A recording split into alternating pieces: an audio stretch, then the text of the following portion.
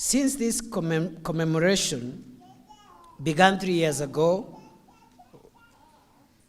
in 2019, we have had a combined total of 317 officers, gallant officers, whose names have been updated today in the memorial monument. In the last 1 year alone, we have lost 53 officers from the National Police Service and 4 officers from the Kenya Prison Service. And I know there are many other officers who passed on due to other reasons. And we sincerely mourn them as well and condole with their families. But even as we express our sympathies, these numbers do not tell us the whole story. What the statistics give us is an assurance that these men and women have done their part in serving our nation and the nation that they loved. Again, to those of us who are left behind, let us ask ourselves, while our fallen officers have done something for our country, profound with their lives, what have we done with our own lives? What have we done? What have we done? We will remember them. We shall remember them. We must remember them. But again, we must do more than just remember. We must take care of the ones they have left behind and make sure that they get the benefits they earned, and make sure that they get the benefits that these officers earned while still in service. His Excellency, the President of our country, William Ruto, is your biggest advocate on the matters of the welfare of officers, those who are serving, as well as the families left behind by the officers who die in the line of duty. I convey his gratitude to you, all of you, for letting your families serve our country. And at this point, I wish to relay his words of sympathy to all the affected families. On his behalf, and on behalf of a thankful nation, I will ensure we take unprecedented steps, not only to support the National Police Service and the Kenya Prison Service, officers when they are alive, but also to extend the same level of support to their families once they are gone. As I have said, His Excellency the President is the trailblazer and the leader in the effort to make sure that those of us in the security sector who serve under extreme, difficult, and dangerous conditions, our welfare and the welfare of our families is taken seriously.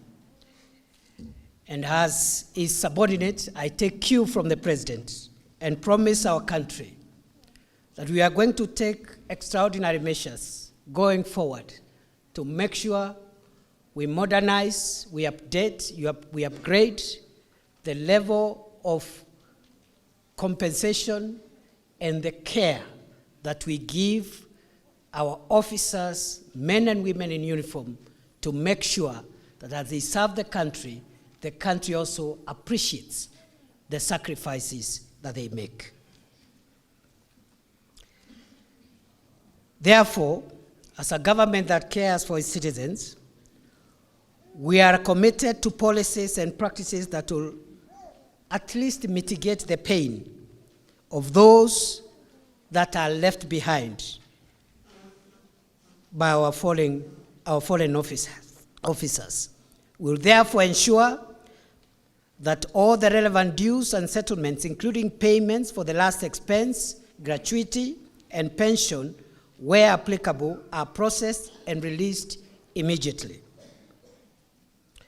Equally critical, we will sustain the prioritization of a consideration for at least one eligible member whenever recruitment opportunities in the National Police Service and Kenya Prison Service arise. For example, I am aware under this policy, 6 widows and 3 orphans of our officers, of our departed officers, were recruited in the cohort that is graduating next month. We shall undertake to offer compassionate audience to requests for transfers or reassignments within the public service by spouses of our late officers. We will do this in appreciation of the fact that with the departure of the loved ones, spouses may wish to move closer home or wherever else is convenient. For our officers who unfortunately get injured at work, the government has constructed 3 specialized hospitals dedicated to police and prison officers. The National Police Service Hospital on Embakasi Way, the Kenya Prison Service Hospital in Roiro, and the Border Police Hospital in Kanyonyo, Kithure County. Those hospitals are complete. They are equipped with ultra-modern medical equipment to make sure that when we evacuate our officers who are injured or who fall ill while on duty, they are given fast and efficient medical care. Those hospitals will be open in the next few weeks, starting with the Border Police Hospital in Kanyonyo, which is completely ready for operation, and the other 2 hospitals I have named will be operational in the coming 90 days. We have put there very costly, expensive, and modern equipment, and we are also equipping in those hospitals with support systems for counseling of our officers who are traumatized by the experiences they have whenever they are defending our country and our country's interest in the field. Death evokes sorrow, and the resulting grief can take a toll on the emotional well-being of surviving family members. To mitigate this end and to help with the mental health and healing of the affected families, we will strengthen counseling services available at the new hospitals, as I have said, and in existing facilities. Going forward, and as a long-term strategy, we will minimize the risk exposure of our officers. In this connection, the government is upscaling the equipment modernization program, which will allow us to improve on protective gear, the protective equipment of our officers, the sophistication of our arms, land and air transport, which is armored and secure, to make sure that going forward as we confront the enemy, we minimize the casualties on our side. I therefore want to send a message to those few members of our society who have made crime their hobby, those who have held our country hostage, in certain parts of our country where some of, if not many of these casualties have come from. Those areas are areas which have suffered bloodshed of innocent Kenyans, civilians who have died under the hands of cruel terrorists, bandits, and cattle rustlers. That 1%, from wherever they come from, Kenyans or non-Kenyans, who think they can continue holding independent Kenya at ransom. Your time is up, and we are coming for you. The fact that we are here today to mourn 57 of our heroes who have gone down under the fire of the enemy, that does not intimidate us, as the Inspector General has said. We are coming for you. We are set. We are committed. We will defend this country with everything we have, including our lives. As the minister responsible for our national security, I want to assure the families who are seated before me today, and all the families of our officers, especially the officers that are serving in difficult situations in the north of our country, in the border areas, especially some of the porous and dangerous border areas. I want to assure you, your spouses, your sons, your daughters are not alone. We have not condemned them to go and serve there and die. As the Minister for Security, we have agreed with the Inspector General of Police and the entire police command. We are going out there physically to serve together with our subordinates so that we can deliver the whole of our country from the hands of terrorists, bandits, and criminals. I repeat, we are not sending officers to any part of this country to go there and suffer and perhaps meet their fate. We are all of us relocating there. We are going to the scenes of crime. We are going to visit, encourage, and give moral support to our officers. And you will see much of that in the coming days. And therefore, those perhaps who feel that the minister, the IG, are seated in Nairobi, and we are sending our young people and our best to remote places to go there and meet their fate, I want to assure you, watch this space. We will go out there and we will confront the enemy together, collectively.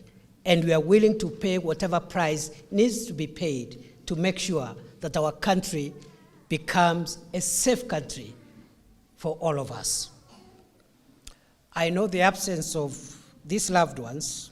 The families have borne a very heavy burden to provide for those who are left behind.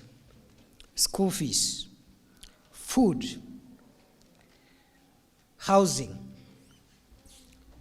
clothing, hospital bills, and all manner of struggles. I know it is not easy.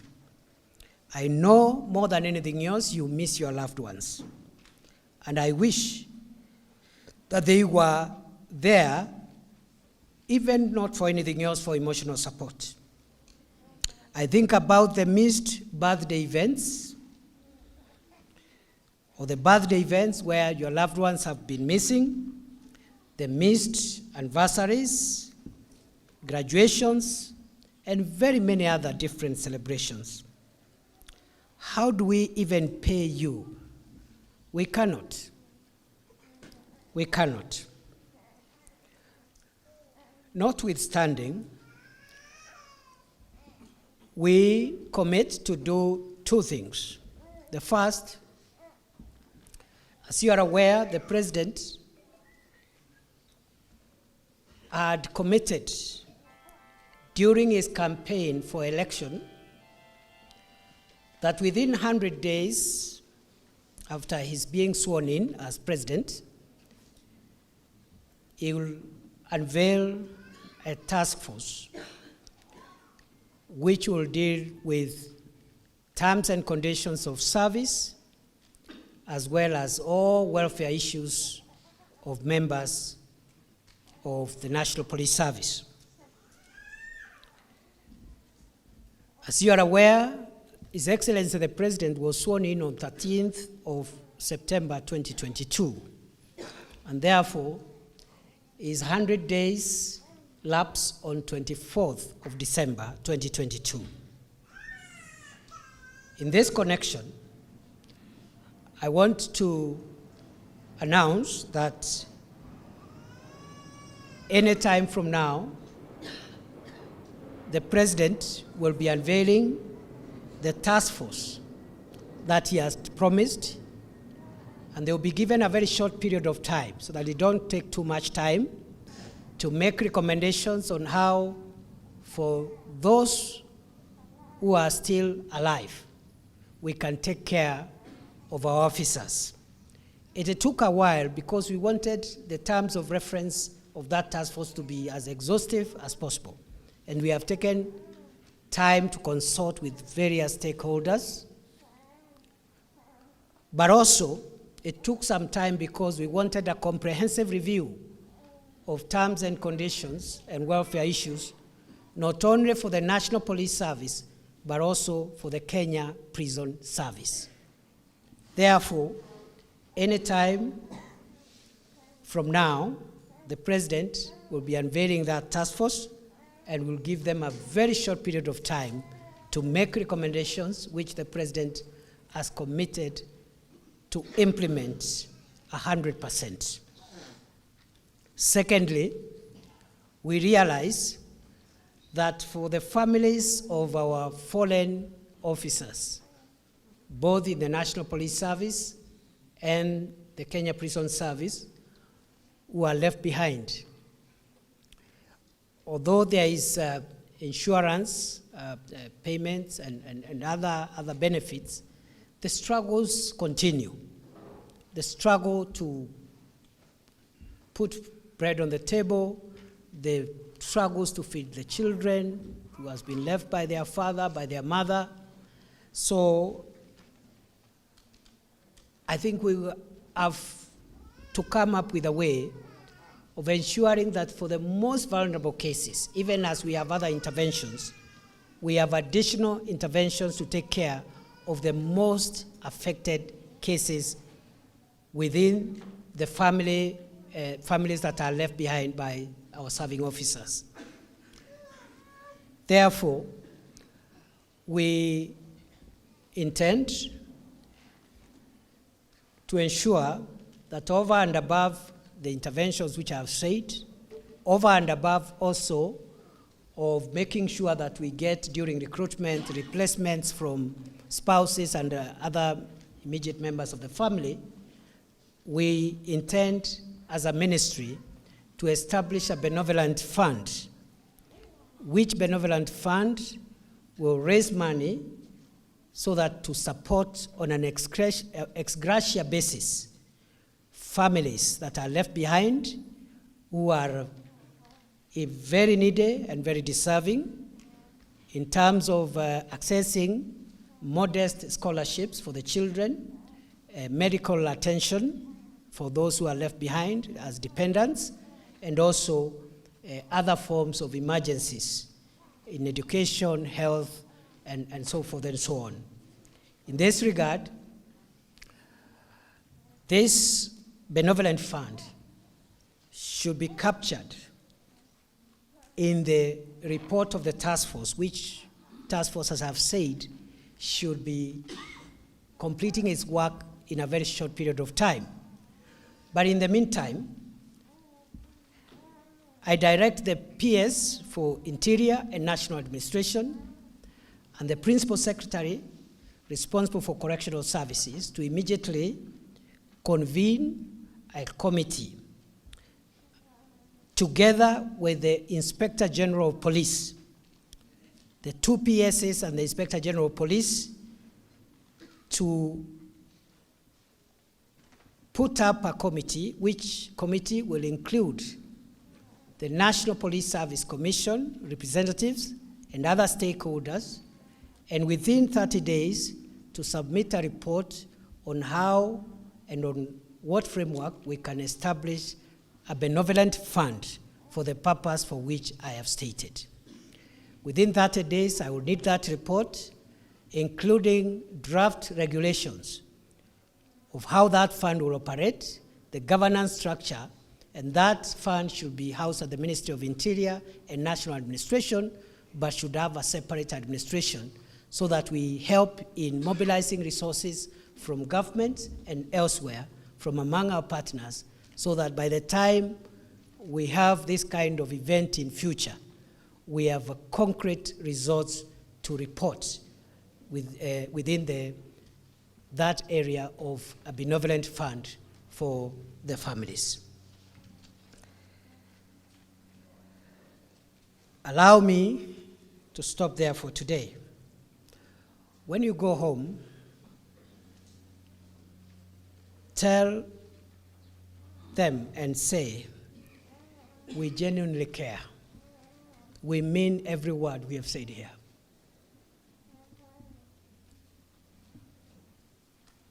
For our safety, our officers gave away their lives. For our tomorrow, they gave away their today. We shall remember them. The day, the light, and the dark. We are proud of them. We are grateful to God for the years they spent with us on earth, and we are grateful to you for supporting and standing by them. We are grateful. We shall ever give thanks. We shall forever honor you. We will not leave you alone. We will walk with you. Feel free to reach out to us for whatever support, whatever assistance, whatever you think we can do. Whatever is within our ability, we will do it to make sure that we honor you and we honor our officers. Thank you very much. May God bless you and keep you. May God bless Kenya, our nation, and our homeland. Thank you. Just the other day, I was informed of a mother who lost her only son in Kapedo, in the northern part of our country, where banditry has taken over, and where we are pushing out bandits mercilessly and with finality. To the mother of this departed young one, Mama, even though I stand here today to echo the words of others, how gallantly your son fought for us in the thick of the night he was taken away from us, I wish to confess that we can in no way feel what you felt back then or what you feel right now. When everyone is gone after the burial, you are left alone in solitude. I know and understand how helpless my efforts to console you belatedly, how helpless this is, especially because this was your only son. May the Heavenly Father comfort you eternally.